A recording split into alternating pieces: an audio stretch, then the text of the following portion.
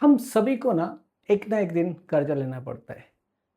जब भी हमारा इनकम कम पड़ जाए और कुछ नीड आ जाए तो हमारे पास एक ही ऑप्शन रहता है, वो है कर्जा।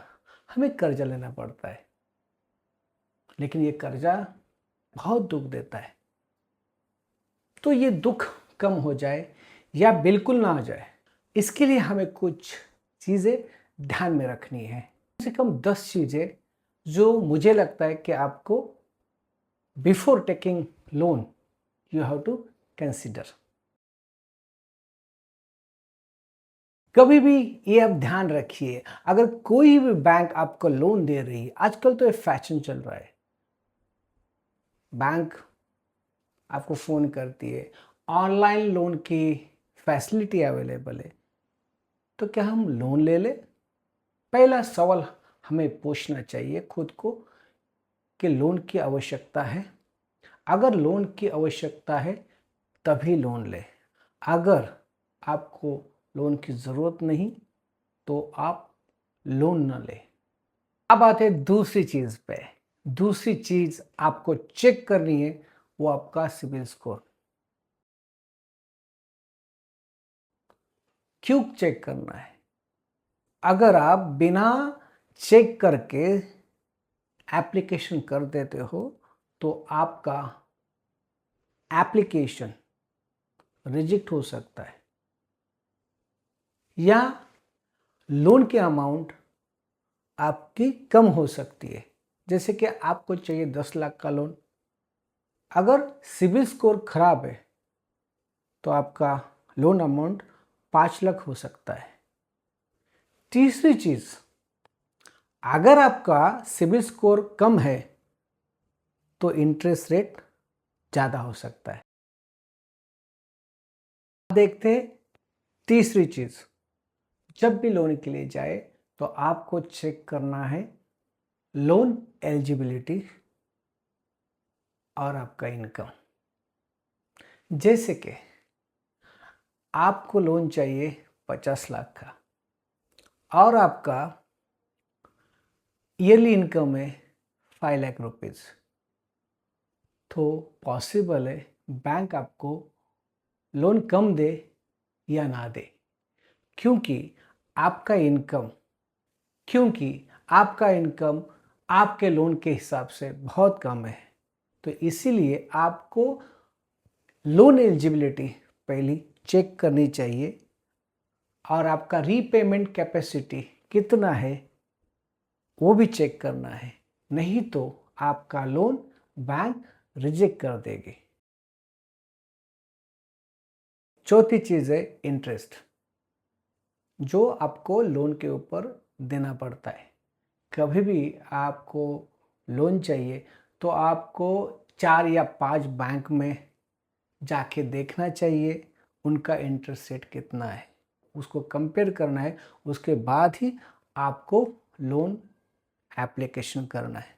जैसे कि एक बैंक में इंटरेस्ट रेट है 10%, दूसरी में 11, तीसरी में 12, चौथी में 14, तो आपको जो बैंक सस्ता इंटरेस्ट ऑफ़र करती है या लोन ऑफ़र करती है वही आपको जाना है।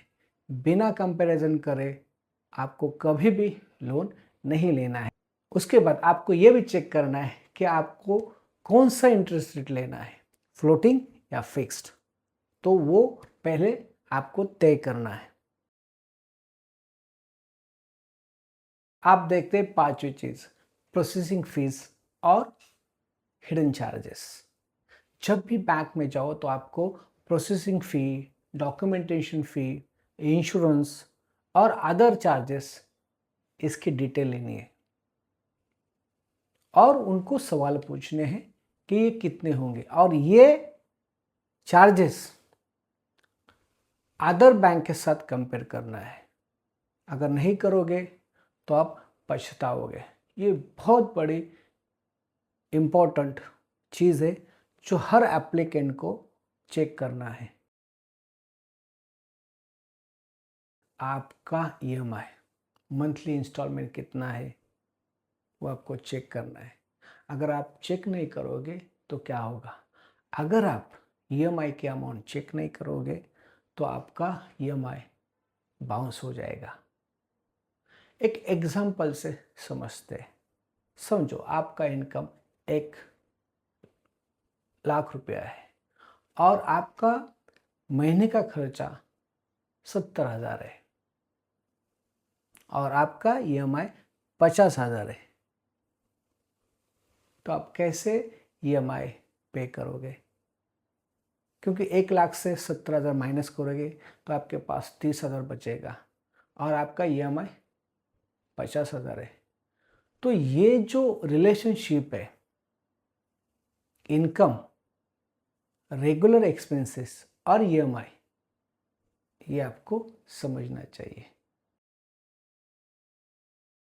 टोटल रीपेमेंट, जब भी आप लोन के लिए जाए आपको देखना है लोन की अमाउंट और उसके बाद आपको देखना है कि मैं रीपेमेंट कितना कर रहा हूँ। एक चीज़ आपने ली और एक चीज़ आपने दी। जैसे कि आपने 10 लाख का लोन लिया बैंक से और आपने टोटल पेमेंट किया 20 लाख बैंक को ईएमआई के तहत। तो इसका मतलब है आपका एक्स्ट्रा 10 लाख गया। आपने लिया था 10 लाख और आपने लौटाया 20 लाख, तो एक्स्ट्रा 10 लाख आपका इंटरेस्ट गया।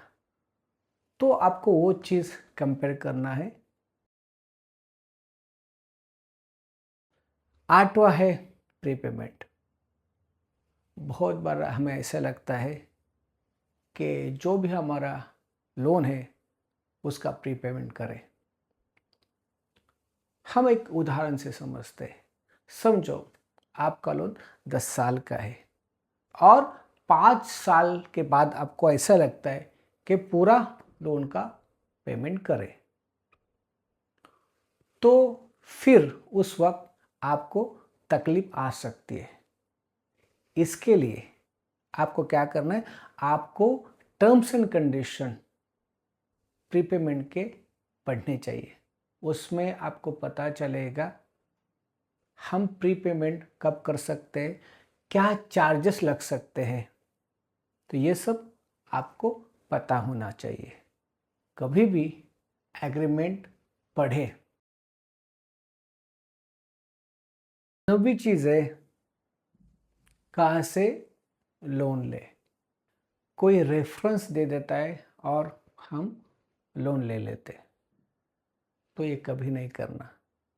आपको पहले interest rate, EMI, prepayment policies, tenure, ये सब चीज़ें देखनी है और इसके लिए आपको जाना पड़ेगा बहुत सारे बैंक के पास और फिर उसका कंपैरिजन करना है। और कंपैरिजन होने के बाद जो बेस्ट बैंक है उसमें आपको एप्लीकेशन करना है। अगर आप ये नहीं करोगे तो डेफिनेटली आप पछताओगे। आप देखते लास्ट चीज़, वो है लोन एग्रीमेंट। कभी भी लोन एग्रीमेंट पढ़ना चाहिए। उसमें बहुत सारी चीज़ें आपको पता चलती है, जैसे कि interest rate, tenure, loan amount, prepayment conditions. अगर ये चीज़ें आपको नहीं मालूम और आप साइन करते हो तो आपको दिक्कत होती है।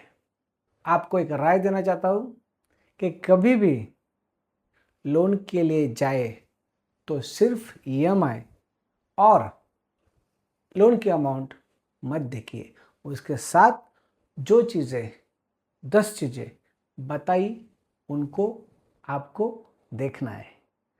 फिर मिलते हैं नए सब्जेक्ट के साथ नए एपिसोड में। तब तक के लिए राम राम।